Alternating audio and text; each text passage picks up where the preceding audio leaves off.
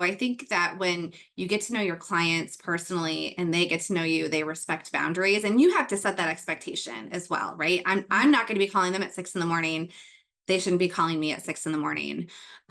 So we respect each other, unless it's an emergency, of course, but Mhm. we respect each other and we set the expectations and the boundaries. Welcome to Spill the Ink, a podcast by Reputation Inc., where we feature experts in growth and brand visibility for law firms and architecture, engineering, and construction firms. Now, let's get started with the show. Hi, and welcome to Spill the Ink. I'm Michelle Calcote King. I'm your host, and I'm also the principal and president of Reputation Inc. We're a public relations and thought leadership marketing agency for B2B professional services firms, including law firms. To learn more, go to rep-inc, that's inc with a K.com. So, in an industry where success is often measured in 6-minute increments and billable hours, navigating work life balance can feel like walking a tightrope, especially as a woman in the legal field. And today we have Amanda Waesch of Brennan, Manna Diamond joining us for a candid conversation about learning to set boundaries, coming to work as your most authentic self, and ways law firms can better support women's careers. Amanda chairs the marketing and business development at Brennan, Manna Diamond, where she leads the firm's national healthcare practice. So she knows a little bit about work-life balance. Licensed in Ohio, Florida, and Tennessee, Amanda primarily focuses her practice on healthcare, employment law, corporate law, and healthcare litigation. She advises all types of employers, but healthcare providers in particular on various matters. So thank you for joining me to talk about this. Thanks for having me. Yeah. So tell me a little bit about your dual role in the firm. I'd like to understand that a little bit more. Sure. So primarily, I'm an attorney, right? I'm a member. I'm an owner in the firm, and I'm a healthcare attorney. I love what I do, and that is what I do during the day. Sometimes on the evenings and weekends. But then my other role, besides just being an attorney at the firm, is also as vice president, where I oversee marketing and business development opportunities. We have a tremendous department that is comprised of three business development and marketing individuals and an admin. And they handle all things marketing and business development for our 100 plus attorneys throughout the United States. And then I'm also a mom, so to three wonderful children and a wife to my amazing husband.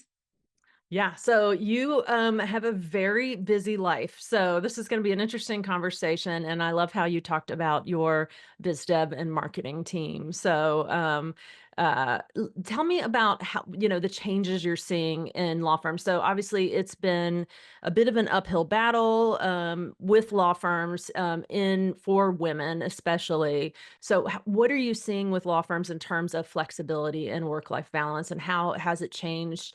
In the years since you've been in the industry? Well, I can only speak to my own firm, Brennan, Manna and Diamond, and the amazing platform that they have built for female attorneys. And our motto at BMD is that you can be as big or as small as you want to be, and there is a place for everyone. And I truly believe that we espouse those values, and we can provide really solid examples of amazing female attorneys at our firm because of the platform that we provide. So one of the things that we provide is the ability to be part-time, the ability to work from home. We also have a very flexible maternity leave policy for attorneys. They can take as much time as they want. Understanding that that could have, some ramifications on, salary and bonus, but female attorneys are given that opportunity, and so are male attorneys, frankly. So we do offer those flexibilities, and we have amazing female attorneys that are vice presidents. Our general counsel is a female attorney, but we also have tremendous part-time attorneys that are doing as well or better than some full-time attorneys. So we really want to give everyone the platform to be their authentic self, as you mentioned, and then also their successful self. Yeah, I love that. So obviously your firm is doing a lot of right things. As you look out at the industry, what do you think still needs to change? Or is there anything that you're noting that, where there's still work to be done? There's always work to be done, right? Um, I I like to stay away from quotas or Yeah, saying this is what leadership should look like or should reflect, or I measure um our success. So again, our firm's success, I look at, well, not just me, but our leadership team and our admin team, we look at the communities that we serve and where we're located, and are we reflective of those communities? The clients that we serve, are we reflective of those clients that we serve? And then who's going to law school? We pay very close attention to who's going to law school now. We have more females than males that are graduating law school. We have more minorities, right, that are going to law school and graduating law school. And our summer associate program is reflective of who's going to law school and who's coming out into the yeah. workforce. And so for us, I think that is how we're measuring success. Hmm. Is, are we reflective of what is happening in the world around us and who we're serving, and where we're located? Yeah. And do you feel, I just had this great conversation with another guest who was really sort of trying to change the perception that the legal industry is behind the times in marketing.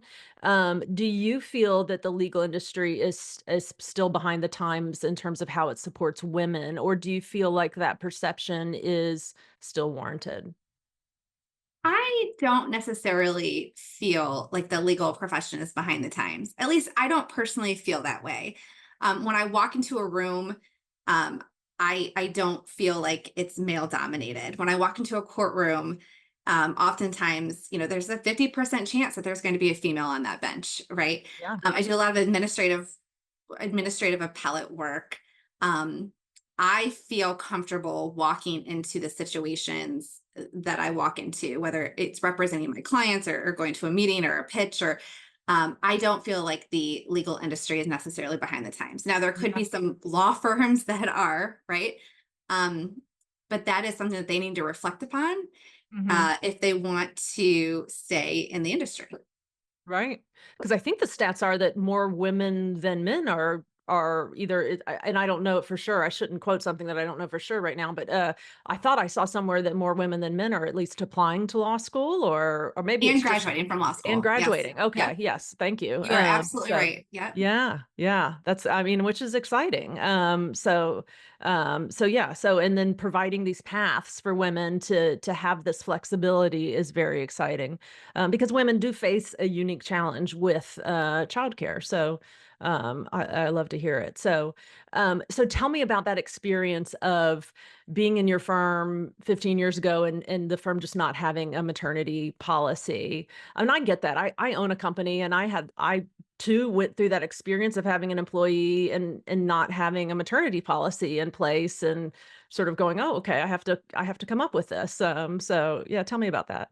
Sure. So our firm is going to celebrate its 25th anniversary this year, which we're really excited about. Yeah. So when our firm started it started 25 years ago, there were only 7 attorneys, right? Yeah. And those attorneys um, were married and already had their children. Their Yeah. children were very young, so they didn't think about the need for a maternity policy because it just wasn't necessary at the Sure. time. They had other Yeah. things they were thinking about, and so when I joined, I was the first associate, the first female in the firm to become pregnant, and they were like, well, we need to work on a policy, so work on it with us. Hmm. And which was really refreshing. um and I actually ended up having a high risk pregnancy, so I had emergency surgery at 19 weeks and was put on bed rest, which wasn't expected. And that Yeah. was 15 years ago, so before Zoom and Skype and what we're doing now, right? Yeah. So I had to have people courier files to my house. We had to set up, remote access, because that was the time when I was coming into work Monday through Saturday, right? Because that was the culture then. And the firm was very supportive during my maternity leave. And I Yeah. went on to have, 2 more children after that, where I was on bed rest. And I feel that for me, I had the sufficient support and time off with my newborn. And then I also was very supported when I came back to work. Yeah, that's fantastic. Yeah, and bringing you into that is really important. So, I love to hear that. Tell me about how the part-time structure is working and how it's sort of influencing the culture at the firm. Sure. So we have a number of female and male attorneys, frankly, that are part-time. So I don't want it to seem like it's Yeah. just female that have to be part-time. We do have male attorneys as well. And really, it's about the group that they work with and the team that they work with, and are are we meeting the employee's needs, right? So the Mhm. employee may need to only bill 900 hours a year or work 2 days in the office and 1 day at home, whatever their needs are. But does that need also support the need for their team? I can tell you Mhm. on my team, I have a part-time attorney she's just killing it, right? And I love working with her, but I also respect that she's going to bill 900 hours a year, but that's what I need, and Yep. that works for her and her family. And it's really great, and we have those open conversations. I check in with her, she checks in with me, and I know that all of the other teams that have part-time attorneys do so as well. And we have part-time admins and paralegals, and it works for us because there's dialogue back and forth. Yeah, yeah. So it's about that open communication. What would you say to someone who says, "Oh, that just can't work"? Clients are never gonna, understand that, or you need to be on call, or this is not the industry for that. Have you had that debate? Is there an answer to that in this industry? Yes, absolutely. I can give you a great example. I I am very open with my clients about what's important to me, but I Yeah. also ask my clients what's important to them. So I Mm, know how many kids my clients have. I mm, know what they like to do for fun. They know about me. And so I think that when you get to know your clients personally and they get to know you, they respect boundaries, and you have to set that expectation as well, right? I'm mhm. not going to be calling them at 6 in the morning. They shouldn't be calling me at 6 in the morning. So we respect each other, unless it's an emergency, of course, but Mhm. we respect each other and we set the expectations and the boundaries. I have had people say to me, well, that's just not going to work.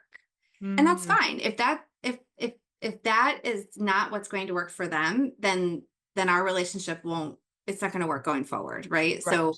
maybe somebody else would be better. And that comes with some age and experience, right? So Right. it's not like I learned that the first year practicing law. I learned it over time. But a really good example is I was working on a deal, and opposing counsel was on vacation in London with his family. And my client was very motivated to get the deal done. His client was very motivated to get the deal done. But his client was pushing very hard for him to get it done. And I knew that he was working in the middle of the night because he was in London, and expecting me to also turn documents as quickly as he was. And I called him and I said, listen, I'm not going to respond to you for 3 days. You got 3 days left of your vacation. I'm not going to respond to you. Go enjoy your vacation with your family. Tell your client, blame it on me, right? That we're the delay. But I said, this is not healthy. This isn't healthy for you or your family. Yes. And at the end of the day, the deal got done. Nobody remembers that 3 day delay, but sometimes it's just about putting things in perspective that, no one was going to be harmed by him just taking a breather for 3 days, because by him working in the middle of the night, he wasn't doing good work anyway, right? Right. And he Yeah. wasn't Yeah. present with his family. And that was him not being honest with his team, whoever he was reporting to, and his client. Yeah. So Well, that actually sets me up really well for the last topic I wanted to ask you, which is boundaries and saying no. And I think that is, you talked to my producer, Sophia, about that. And I think that is so critical to this work-life balance, and something that especially high achievers have difficulties with. So you want to be excellent. You want to meet your clients, needs. You want to deliver great service, So it is often challenging to do what you just did. How do you find that line and learn to do that? And I'm sure you've mentored junior attorneys. How do you help them, find that balance? That's a great question. Saying yes is easier than saying no. Yeah. I'm at a point now in my life where I have the opportunity to work a bajillion hours, which I love to do, right? I'm so grateful to have lots of opportunities to speak, to meet with clients, to do all the things. But I also am at a point in my life where my kids they're in sports and they have activities and games and things that I just don't want to miss because I can't get that back. And that's a choice that I made. And I'm so grateful that I made the choice to go to the game versus go speak at this event. Mhm. And that took me a while to figure out. It took me a couple years to figure out. And when I finally did, I just felt this sense of relief, right? Um, so now it's something that I tell attorneys and clients, this is how I've grown as a person and a professional, and it's really great and it's empowering. For younger attorneys, we don't always have that freedom. And I don't always have that freedom with clients, right? Like sometimes I have to miss something of my children because I have an IRS audit or a very important deadline Yeah. that I have to meet, right? And that's life. And that's what I teach my children as well. Like sometimes we have to do things because that's what's expected of us. And we have to make those choices. And but for the younger attorneys, I encourage them to be very open with me. Can you meet this deadline? And if you can't, let's figure out how we can work around it, or is there another solution? And so having that dialogue with them to help them with their time management, help them with their work-life balance and not feel overwhelmed as much, because they are going to feel overwhelmed and stressed. But I Yeah. think having that conversation with them is super, and checking in with them is really important. And I learned that because I had really great mentors that Yeah. checked in on me, and they still do. So Yeah, it's yeah, important. I love that. And that's great that you can provide that guidance and those learnings a little bit to the people coming up. So, and help them, as they navigate that. They're lucky to have that. So, if you had one final thought to leave our listeners with, what would it be? Well, if you are a female and you want to go to law school and you want to become an attorney, definitely do it. It's very empowering. I love what I do. I love being a healthcare attorney in particular. I never imagined that I would be where I'm at today. So looking back on the journey as to how I got here, it's a great reflection. And I'm probably halfway through my career. So I really am looking forward to the second half of my career. Once my kids are in college and they're grown, I feel like the sky is the limit. So I hope that for anyone who's listening, that they can be inspired to do what they love and to go out and achieve their goals. And when they look back at what they've done, they feel the same way, that they feel very self-fulfilled and satisfied. I love that. That's a big testimonial for Brennan, Manna, and Diamond too, it sounds like. So, sounds like a great place to work. So thank you very much. We've been talking to Amanda Waesch of Brennan, Manna, and Diamond. Thank you so much for your time. Oh, thank you. Thanks for having me. Thanks for listening to Spill the Ink, a podcast by Reputation Inc. We'll see you again next time, and be sure to click subscribe to get future episodes.